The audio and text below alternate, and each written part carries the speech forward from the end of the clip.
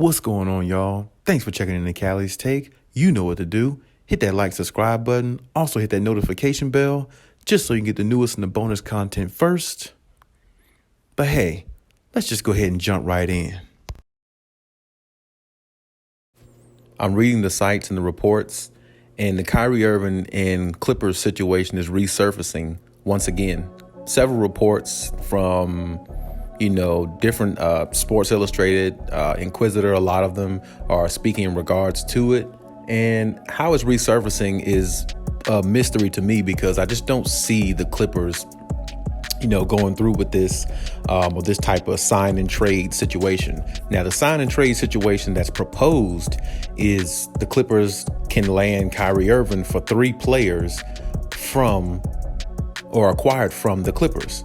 And I've said before, I don't feel like nobody should be taken away from the depth of the Clippers because I feel like that lessens their chances of winning a championship. Even though if there was some possible chance they got Kyrie, they would have him. But at the same time, you can't count on Kyrie. You don't know when his mind is at basketball. You don't know when his mind is overseas somewhere or if he's out of this planet somewhere or another world somewhere. You never know with Kyrie Irving. You don't even know what you're getting as a player. So, I don't really think it's worth it. But regardless of that, the sign and trade deal with the Nets that's being proposed and is being talked about right now specifically would be for 3 players from the Clippers. And 3 players would be Norman Powell, Reggie Jackson, and Luke Kennard. Now, me personally, there's no way in hell I would go through with this trade, even if that's what the Nets proposed. Because honestly, as I said before, you don't know what type of Kyrie you're getting.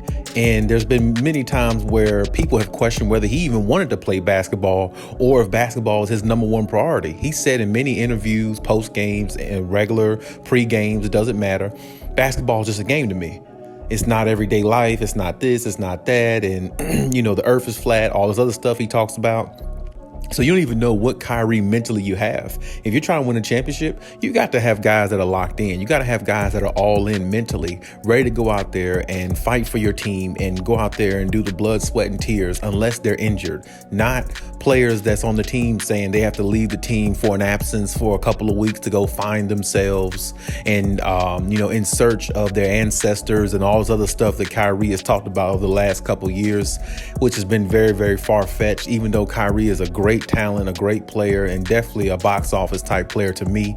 Definitely a top 10 player if you ask me.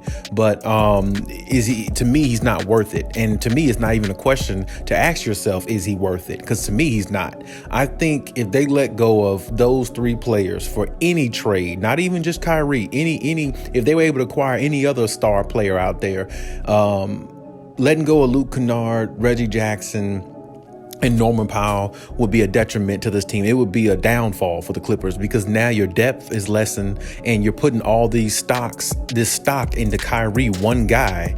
And what if he goes down with injury? The same way he did year before last when Kevin Durant went game 7 with Giannis and lost with his toe on the line or something like that. And they lost in the game 7 to Giannis, and the Bucks went on to win the championship that year. This is what I'm saying. You can't put all that stock into one player like that because it just might not work out. Now, of course, if you got a player that's all in, ready to go, 100% there, never really shows any lack of, appearance in regards to when he's available, he's on the floor and, willing to fight hard. Unless he's injured, that's the only pass that every player gets.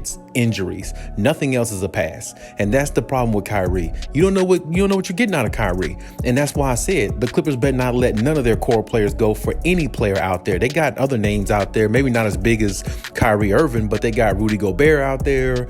I'm not a big fan of his, but he is a big name, and they'll have other names out there in this summer too. Donovan Mitchell might even be one, whatever the case may be. I don't care who it is. The Clippers, if they let go of their depth, they're not winning a championship. That's just fact, because what makes them unique is their depth, and because they have so many pieces in so many different areas on the court for every position, it makes it unique playing them because you don't know what Ty Lue can throw at you. You don't want to be predictable, and that's the reason why the Clippers are a very good team, because they're very unpredictable. And honestly, their unpredictability is their biggest strength, because it's like I said, it's hard to figure them out when you play them because they have so much depth in every area. Their bench is strong. Their two superstars are strong. Kawhi is a top 5 player. PG is a top 10 player. Both of them are excellent on defense. Norman Powell, and now you add Covington. They're excellent on defense and can knock down threes. Luke Kennard is probably one of the best 3-point shooters in the league, percentage-wise. Terrence Mann is growing. Amir Coffey comes off the bench, way far from the bench, and can drop 20, 30 any game. Reggie Jackson can go hot go crazy anytime. Marcus Morris has his moments, and Zubac has a few moments of his own. You see what I'm saying? Then Nicholas Batum is that's their versatile Swiss Army knife. So I mean, it's like when you look at this team all the way around, they have everything they need. So it's like, why break up the culture to bring in a guy with a lot of uncertainty? It just doesn't make any sense. This is the reason why I said the Clippers definitely need to evaluate themselves and try to figure out if they're going to make a move, not to give up so much to get back very little. And to me, Kyrie is a great player, greater than most of the players on the Clippers besides Kawhi Leonard. But at the same time, he's really not worth it because you don't know what you're getting out of him. And like I said, he's only one guy and he might get injured.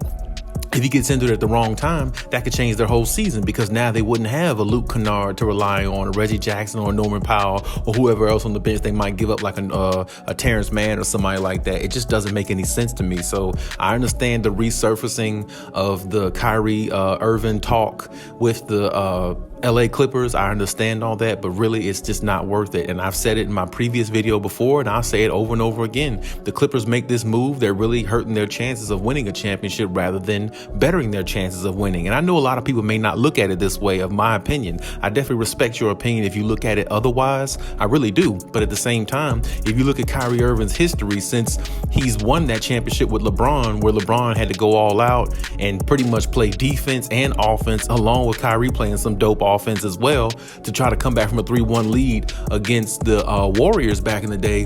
The reason why he hasn't come close is because of his lack of ability to understand that he needs to be present.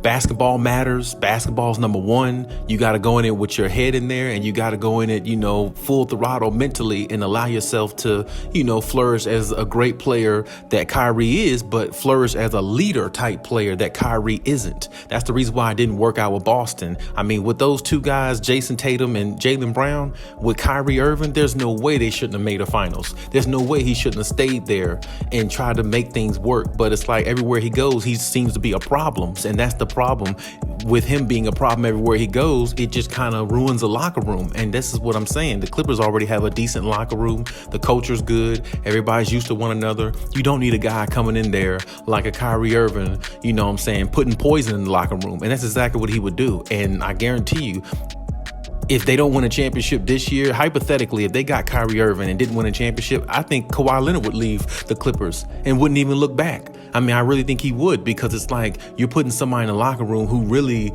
just is unstable mentally at times when it comes to playing basketball. Great player, great talent, but not really worth the time. And this is why I said, I don't care what the Clippers do in the offseason, whether Kyrie, Rudy Gobert, whoever name is out there, it doesn't matter. Don't give up your depth for anybody, because you're ruining the chemistry, and chemistry is big when it comes to winning championships. It's not about the talent, because, I mean, if that's the case, look down the hallway and look at the Lakers. They got all the talent in the world, superstar-wise. Roll out the red carpet for them. But the reason why the red carpet got rolled back up is because they didn't even make the play-in tournament. Because talent is not what wins you championships. It's chemistry that helps you win championships, along with talent and the understanding of what needs to be done and executing the plan every single night you go out there and build on top of your losses, along with building on top of your wins. And Kyrie Irving just doesn't seem to understand that. He had a good lucky run with LeBron. LeBron was still in his prime. They won a championship. Great. But Kyrie hasn't sniffed nowhere near close to that since, even though he's played with great players like James Harden and Kevin Durant along with himself, because Kyrie's just not all in mentally. And that's the reason why I said this is no need for the Clippers to even look this way. It's really not even worth even talking about to me, because I just think the Clippers shouldn't even be talking about or discussing a trade like this. I think they should just let this go over their head, and whoever else decides to get him, fine. I mean, they just take the chance with him because they don't know what they're getting out of Kyrie. And Hell, Kyrie don't even know what he's going to do half the time. He's so unpredictable. He doesn't even know anything about himself or what he might does probably. So why should any other team take that chance? And I understand Brooklyn's stance because they don't want to give him the max contract, like some $200 million, and don't even know what type of player they have. So I definitely understand their stance. But this is the point. If Brooklyn doesn't know where they want to keep him, why should anybody else want him? That's my whole point. So, I mean, let him stay there or wherever else he chooses to go. But the Clippers are good. They got what they need. Stick with what you have. And if you need to make a trade for a backup point guard or something like that, get somebody in there. Don't have to give up much to get them or something like that. Maybe that if you can find a way to get a big man or something like that, okay, that might not be too bad as well. But signing a player like him would definitely be a bad idea, especially if you're trying to win a championship. But hey, that's my take on everything. Leave any comments in the comment section. Check out my other videos as always. And hey, Khaliis out.